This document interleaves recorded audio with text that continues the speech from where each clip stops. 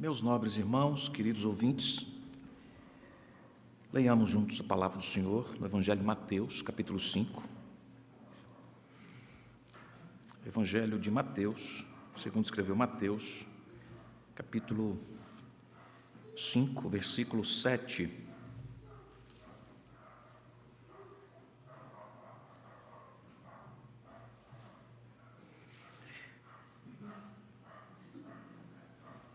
Vamos ler juntos? Bem-aventurados os misericordiosos, porque alcançarão misericórdia.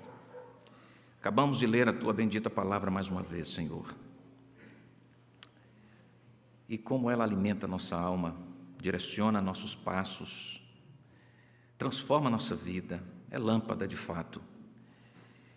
E precisamos da assistência do Teu Espírito, dependemos do Teu Espírito para não só a compreensão, mas a vivência dessa marca bendita daquele que foi alcançado por Tua misericórdia. Abençoa-nos, Senhor, fala conosco, oramos por Jesus, em Seu nome, amém.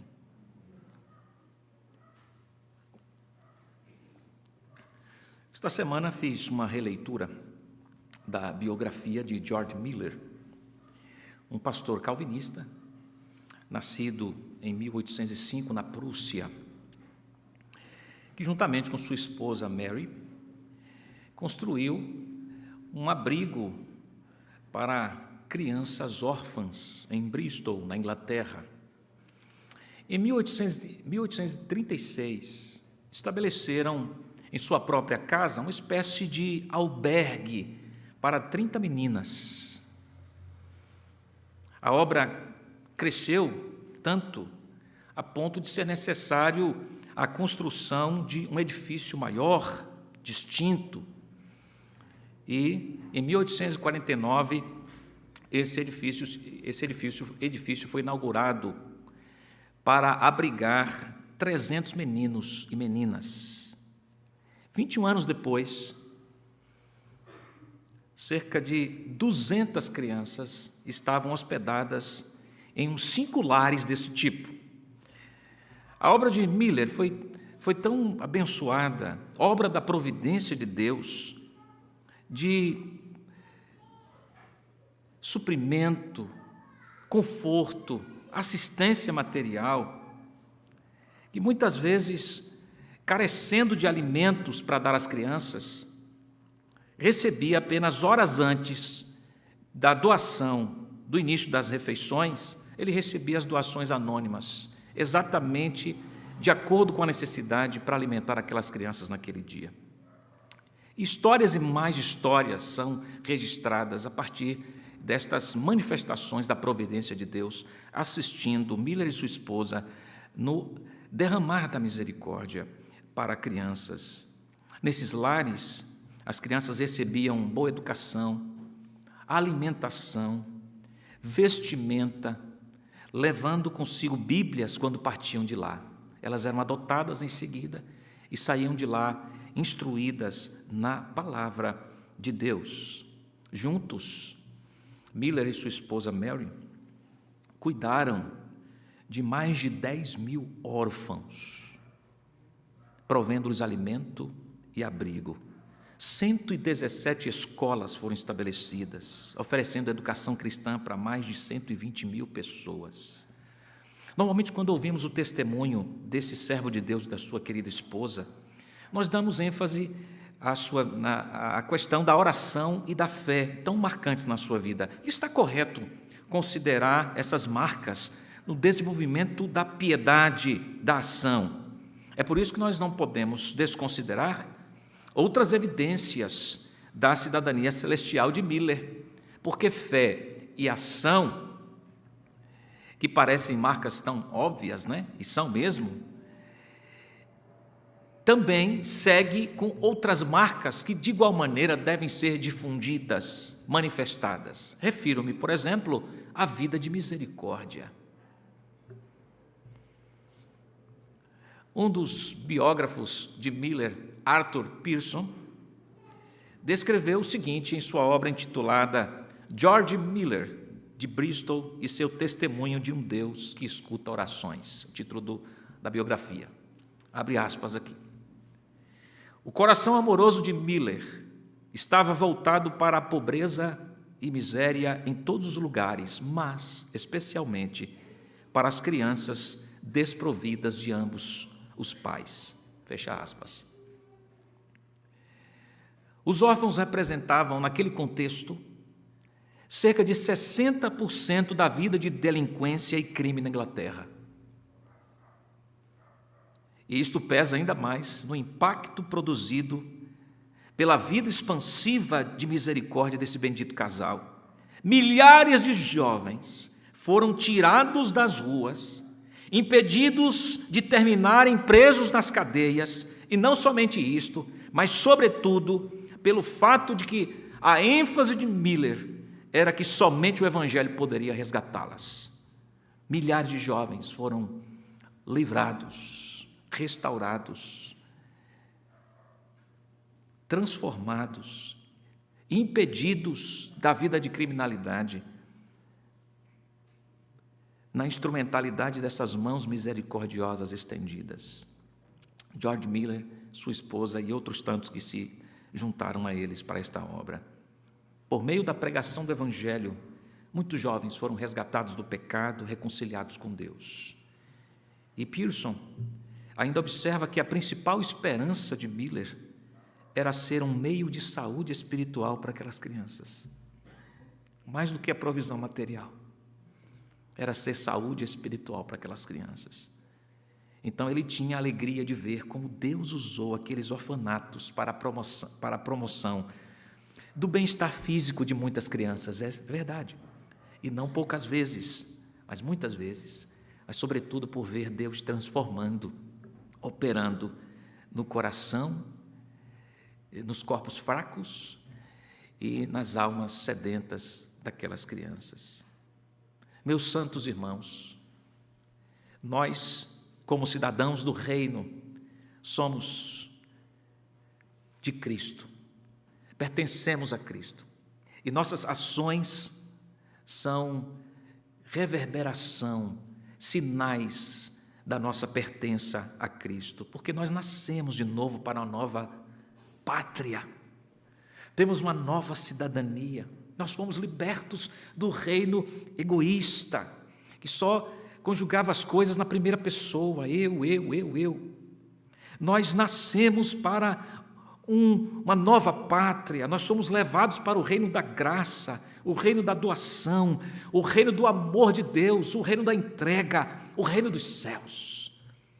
Nós fomos alforriados para a submissão da vida diante do Senhor. Então, nosso caráter, nossos pensamentos, nossos sentimentos, nosso viver é governado por essa verdade, pela lei do rei.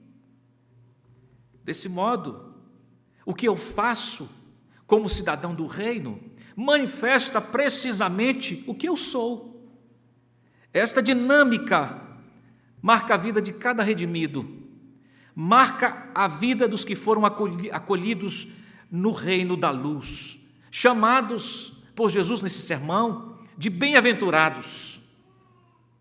São felizes, por isso eles são pobres de espírito, demonstrando uma correta consciência de que eles não têm nada para oferecer a Deus, que eles são indignos, são incapazes de achegar-se a Deus ou agradá-lo por si mesmos, e por assim compreender, se derramaram aos pés do Senhor, conscientes de que não há nenhum mérito neles mesmos, e assim se aproximaram da graça, da bondade, da misericórdia de Deus, e receberam provisão, receberam alento, receberam vida, quebrantados, chorosos, por causa da condição de pecadores, receberam ternura daquele que se apresentou tão generosamente e amorosamente a eles. Quando reconhecem essa dolorosa realidade de que são indignos, são pecadores, são conduzidos ao choro, e inevitavelmente, várias coisas importantes tornam-se claras. Eles tornam-se mansos, como uma correção da tendência egoísta da natureza pecaminosa. Isto é, eles são dominados, são ensinados e vivem sob o comando de Deus. Isso é ser manso. À luz dessa necessidade, correm para os braços do único que pode satisfazer todas as suas carências, todas as suas necessidades. Por isso eles têm fome e sede de justiça. E recorrem ao único que pode saciá-los, que pode resgatá-los, o justo, Cristo e sua obra. A resposta é que serão realmente saciados e interminavelmente sempre quererão mais dessa gloriosa graça. E, consequentemente, eles refletirão esse relacionamento com Deus em seus relacionamentos interpessoais com o próximo. Algo lhes foi operado no coração. A relação outrora rompida foi restabelecida. Eu e Deus. Restabelecida essa relação, agora minhas relações interpessoais são restabelecidas. Sou conectado com vocês, como expressão da minha conexão com Deus. É disso que trata a bem-aventurança de hoje. Bem-aventurados os misericordiosos, porque alcançarão misericórdia. Então, a partir do tema, o fluxo do rio da misericórdia de Deus, o fluxo do rio da misericórdia, eu quero brevemente extrair algumas aplicações para a nossa vida, a partir dessa bem-aventurança, que fala sobre o fluxo do rio da misericórdia, em tom didático para a nossa instrução dessa noite. Diga comigo, o fluxo do rio da misericórdia. Quando terminar o sermão, você vier me cumprimentar. Quando você vir me cumprimentar, eu vou lhe perguntar o tema do sermão, viu? Acorda quem está dormindo aí do seu lado, por favor. Se tiver alguém dormindo, diga para ele o tema do sermão, o fluxo do rio da misericórdia. O fluxo do rio da misericórdia, em primeiro lugar, enche-nos para desaguar nos outros. Vamos para casa. Suficiente, não? O fluxo do rio de misericórdia enche-nos para desaguar nos outros. A misericórdia de Deus diz respeito à sua benevolência para conosco. Diz respeito à sua disposição em socorrer-nos em nossas misérias. Agora imagine isto, Ele, o Deus Santo, se dirige a pecadores indignos e rebeldes, sem consumi-los, sem destruí-los. E isto só é possível por causa da sua misericórdia. É a misericórdia de Deus que nos impede de sermos exterminados.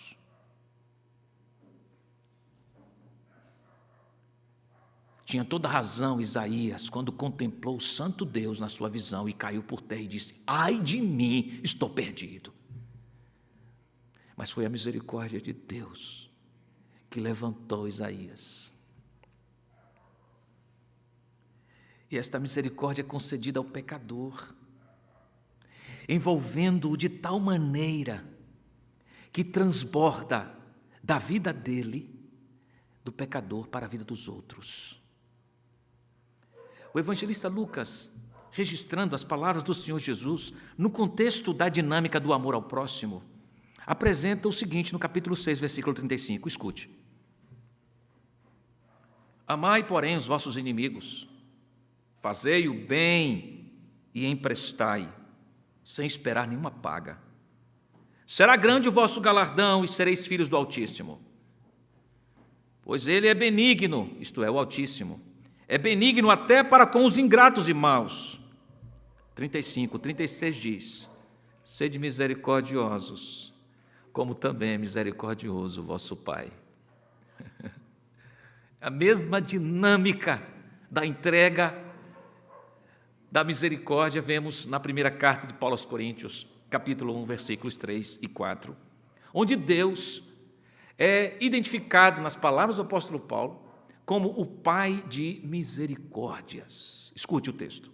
Bendito seja o Deus e Pai de nosso Senhor Jesus Cristo, o Pai de misericórdias e o Deus de toda consolação, que nos consola em toda a nossa tribulação, para que também possamos consolar os que estiverem em alguma tribulação, com a consolação com que nós mesmos somos consolados por Deus. Que dinâmica é esta? É a dinâmica de recebido, entregado. Dou porque eu tenho. Sou misericordioso porque recebi misericórdia. Então a lógica, na conclusão, do contrário, é: se não sou misericordioso, logo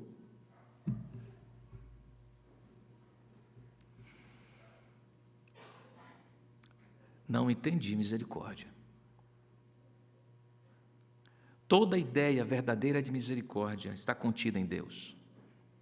Ele é o Pai das misericórdias. Misericórdia fala como Deus é. Santo e amoroso, que se relacionou com pecadores por causa da sua misericórdia. Fala da sua bondade, fala da paciência de Deus para conosco, fala do perdão. E a menção do apóstolo, indicando no texto lido de Coríntios, mencionado, lembrado, indicando a paternidade de Deus, Deus Pai, esta expressão usada pelo apóstolo Paulo, Deus Pai, e a pessoa do Filho, Jesus Cristo, é de vital importância na expressão da misericórdia derramada. Ao lembrar Deus como Pai,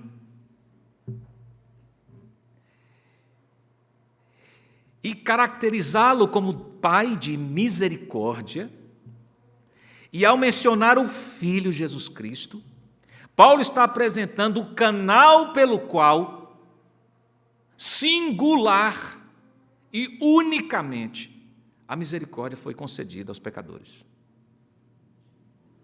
Ao relacionar o Pai e o Filho e falar sobre misericórdia, Paulo está definindo a única expressão, a única maneira pela qual a misericórdia pode ser desfrutada.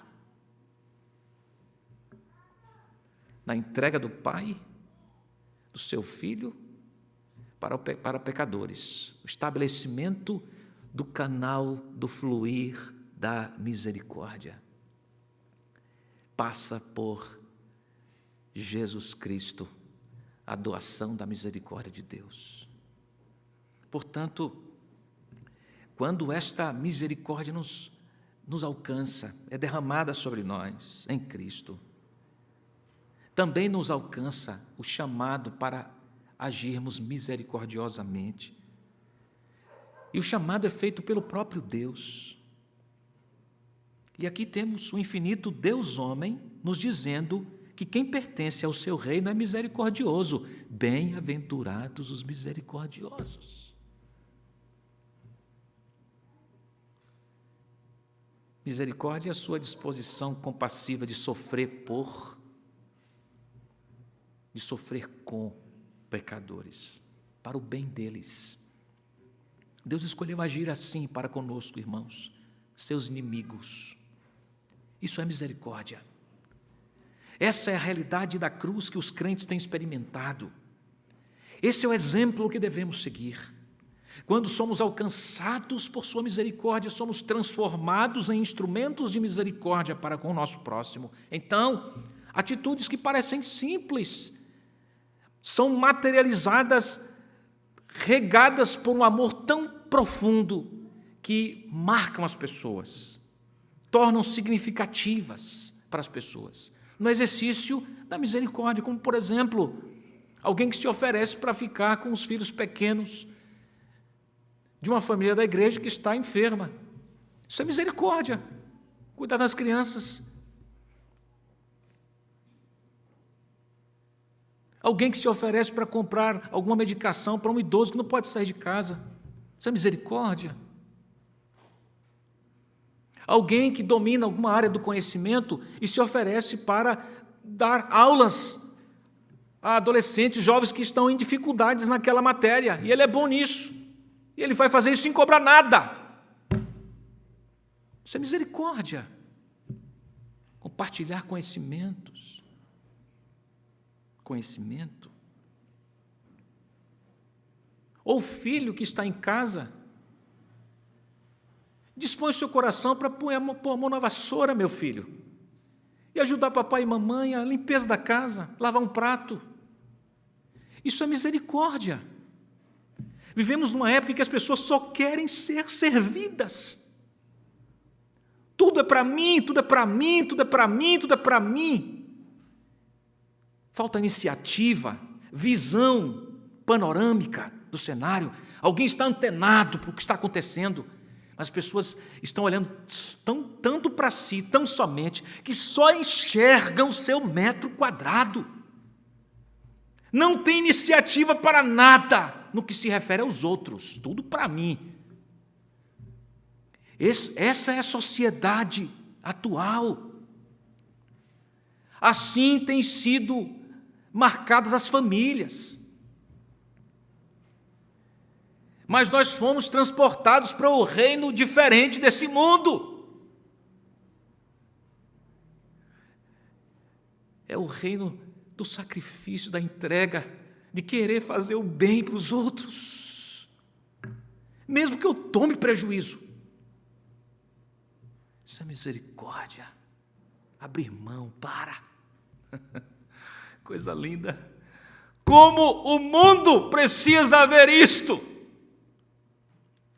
Milhares, centenas de milhares de famílias precisam ter um vislumbre de que isso é possível, e só há uma agência que pode demonstrar isto para o mundo, é quem foi alcançado pela misericórdia. A Igreja de Cristo Jesus é o único organismo que pode revelar ao mundo como é viver debaixo da misericórdia. Se nós que nos encontramos assim, que concebemos a misericórdia de Deus, o fluir da misericórdia de Deus, que nos alcançou, decidimos viver egoisticamente, então o cartão de mensagem para o mundo é o pior possível. Estamos em pecado e desobediência.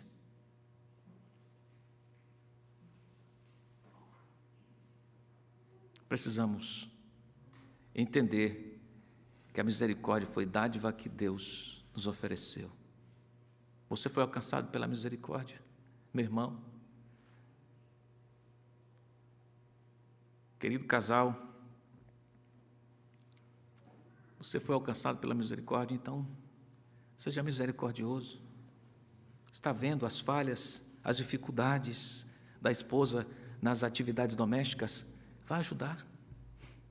Você ser misericordioso, além de responsável. Vai ajudar com as crianças. Use palavras de encorajamento intencionais. Você ser misericordioso. Tem gente que quando abre a boca é para destruir o outro mesmo. Não tem palavra de encorajamento nenhum, não. É para... Não, use palavras intencionais de encorajamento. Isso é ser misericordioso.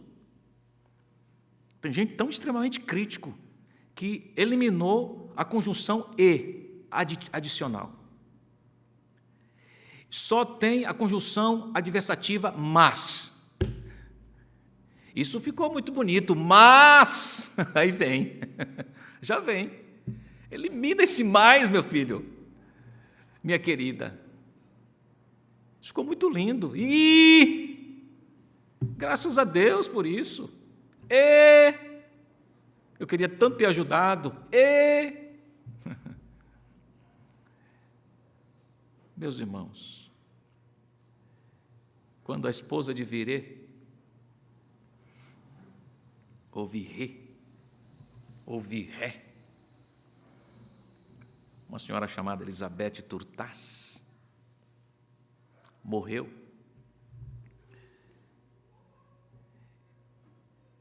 Calvino se encontrava tão abatido, tão pesaroso,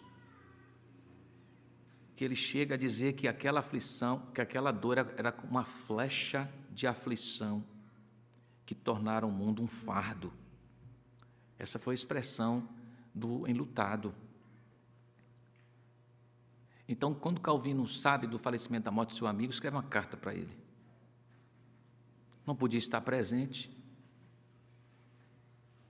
E as palavras de Calvino, parte das palavras foram: meu amigo, eu lhe convido para passar alguns dias comigo.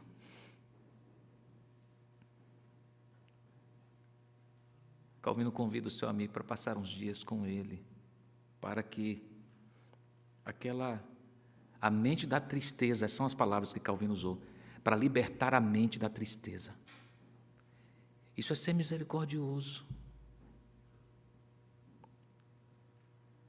Quando os prisioneiros de Lyon aguardavam a condenação, vocês sabem a história, aqueles jovens que foram condenados à morte por terem aderido à reforma protestante, Calvino escreveu várias cartas para eles. E um dos registros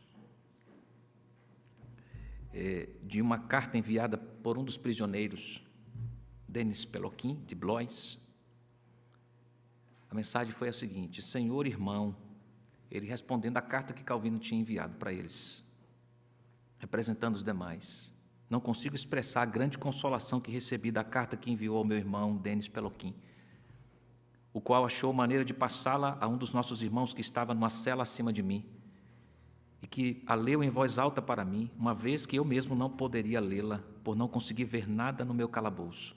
Rogo-lhe, portanto, que persevere em nos socorrer com consolação semelhante, pois ela nos convida a chorar e orar. O fluxo da misericórdia, em primeiro lugar, enche-nos para desaguar nos outros, com ações concretas. E o fluxo da misericórdia dá uma promessa. A promessa é que os misericordiosos, o quê? Alcançarão misericórdia. Eles foram assistidos pela misericórdia de Deus.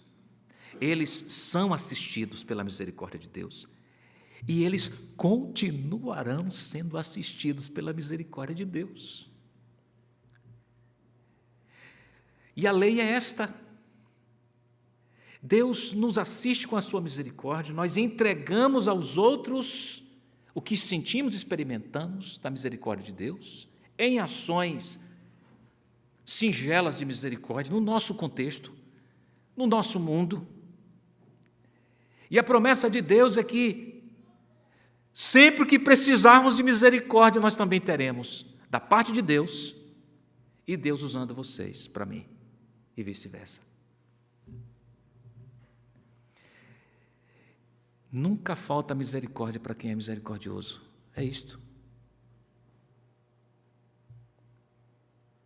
Não se esgota a fonte da misericórdia.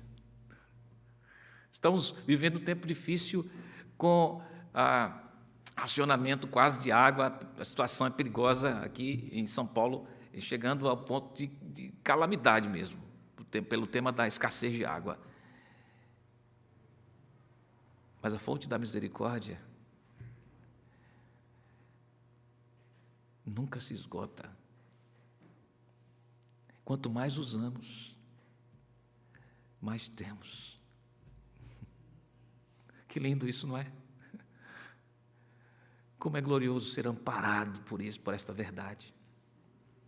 Nós somos assistidos pela misericórdia de Deus. E Deus promete que nós nunca teremos falta da misericórdia.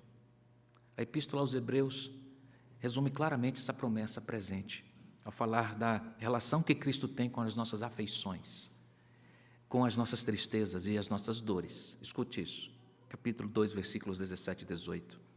Por isso mesmo, convinha que, em todas as coisas, falando de Cristo, ele se tornasse semelhante aos irmãos, para ser misericordioso e fiel e sumo sacerdote nas coisas referentes a Deus, e para fazer propiciação pelos pecados do povo, pois naquilo mesmo que ele sofreu, tendo sido tentado, é poderoso para socorrer os que são tentados.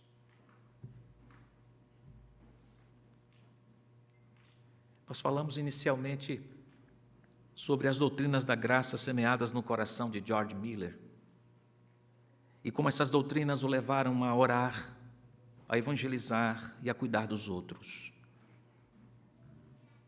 John MacArthur, ao mencionar o exemplo de Miller em uma de suas obras, enxerga com uma precisão bíblica que as ações misericordiosas de Miller apontam para uma realidade espiritual ainda maior. Então escreve MacArthur, olhando para um dos episódios da vida de Miller. O cito agora. Sua compaixão pelas crianças desamparadas retrata a bondade e o amor que Deus derrama sobre aqueles a quem Ele salva. As crianças que Miller resgatou das ruas da Inglaterra não tinham qualquer sustento, proteção ou futuro, além da expectativa de uma vida de dificuldades e crimes. Ainda assim, ele as trouxe sob seus cuidados e servia para elas como um segundo pai, embora nada pudessem oferecer a ele em troca. Da mesma maneira, Deus resgata pecadores da opressão e da miséria do pecado. Ele troca seus trapos de imundícia por vestiduras de retidão, recebe-os em sua casa, convida-os à sua mesa e lhes promete um futuro glorioso. Então, meus irmãos, nós podemos dizer que Miller era um dos inúmeros cidadãos do reino que vivem em imitação do seu rei, sendo misericordioso, refletindo Deus misericordioso, que nós, indignos e rebeldes, sem nada para oferecer, fomos alcançados pela sua doação, pela doação do seu Filho Jesus, que assumindo nossa humanidade, nos representou perfeitamente diante do Pai, construiu o canal da misericórdia, foi Ele mesmo o canal do fluir da misericórdia de Deus para nós. Há muitas formas, irmãos, de revelar misericórdia. E todas elas demandam o olhar para além de nós mesmos. E aqui é o princípio. Olhar para Deus, conscientes da recepção do que nos foi realizado, e olhar para os outros como alvos da nossa entrega, mais do que receber deles alguma coisa, mas para entregar. Há muitos necessitados clamando por misericórdia. Nossa querida SAF tem divulgado um projeto que gostaria que fosse abraçado pelas famílias da nossa igreja e que se constitui uma aplicação concreta da mensagem que acabamos de ouvir. Eu não sei se nós temos acesso à internet para projetar aqui um link, um site. Se chama Ponte Social. Pode colocar no Google, vai aparecer aqui um projeto da Shield Fund Brasil, uma fundação de assistência a crianças espalhadas pelo mundo, e há um projeto em parceria com a Igreja Nacional de Brasília, que foi apoiado pela nossa SAF Nacional. E eu gostaria muito que a nossa igreja pudesse participar disso. Em que consiste o projeto social, Ponte Social? Consiste no apadrinhamento de crianças em uma das cidades mais pobres do Brasil, município de Santa Luz, no estado do Piauí. População de 5.800 pessoas, mais ou menos. Segundo o último censo do IBGE, 57% da população está em situação de pobreza. Com a pandemia, esse número já foi superado para pior. O projeto consiste em você aportar R$ 67 por mês, que é o valor para apadrinhar uma criança. Lá em casa já apadrinhamos, temos 2 apadrinhados lá em casa. E você vai inscrever para essas crianças, criará um vínculo com elas, e esse valor tão irrisório que não dá para comprar uma pizza. Você vai ajudar na alimentação dessas crianças, na roupa que elas vão ter, na educação do projeto.